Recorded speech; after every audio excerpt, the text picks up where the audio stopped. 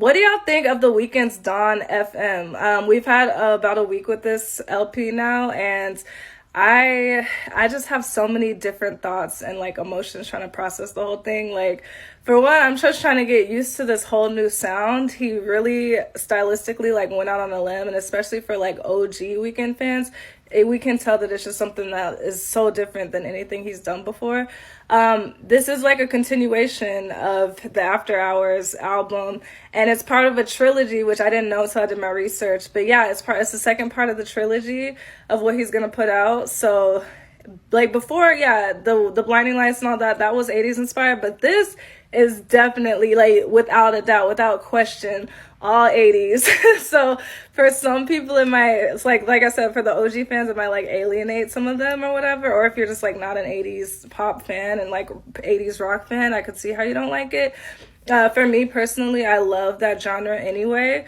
So, but even still, I still kind of feel myself gravitating toward like the very middle of the album, that second chunk of it. I don't know if, like, I kind of broke it down in the thirds. Like the very first third of the album is like very experimental and it's kind of out there.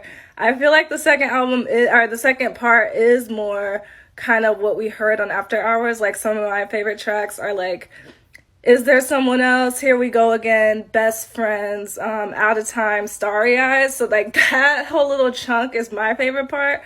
And then there's like the end part. So I do actually think like the first latter half of the album is better, and then like kind of trickles down. But overall, I think it's just a really good album, and he worked with some of the best producers in the game. Max Martin, if y'all are music freaks, you know, he's legendary in the business. So I really commend The Weeknd for just like branching out and doing something different. And actually, like, I feel like he really enjoyed it.